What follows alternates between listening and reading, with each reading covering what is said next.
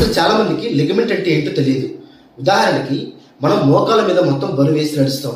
అలా నడవడానికి కారణం కండరాలతో పాటు లిగమెంట్లు కూడా చాలా ముఖ్యమైన పాత్ర పోషిస్తాయి. మరీ ముఖ్యంగా మనం నడిచేటప్పుడు అటు ఇటు పడిపోకుండా నడుస్తున్నామంటే దానికి ముఖ్యమైన కారణం లిగమెంట్.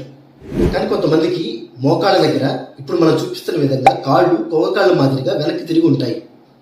వీళ్ళకి లిగమెంట్ ఇంజురీ అయ్యే ఛాన్స్ చాలా ఎక్కువగా ఉంటాయి. మనకు మోకాల్లో 11 రకాల లిగమెంట్లు ఉంటాయి. ప్రతి ఒక్క లిగమెంట్ ఇంపార్టెంటే. కానీ మెయిన్గా ఏసీఎల్ మరియు పీసీఎల్ అంటే ముందు వైపుగా ఉండే లిగమెంట్, వెనక వైపుగా ఉండే లిగమెంట్, ఈ రెండు లిగమెంట్స్ మనం స్టేబుల్గా ఉండటానికి ప్రధాన పాత్ర పోషిస్తాయి.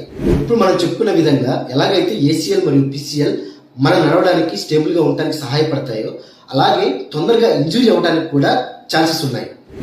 మిగిలిన లిగమెంట్స్తో పోలిస్తే ఏసీఎల్ మరియు పీసీఎల్ తొందరగా కట్ అవ్వడానికి ఛాన్సెస్ ఉన్నాయి. కట్ అయిన ప్రతి లిగమెంట్కి సర్జరీ చేయాల్సిన అవసరం లేదు.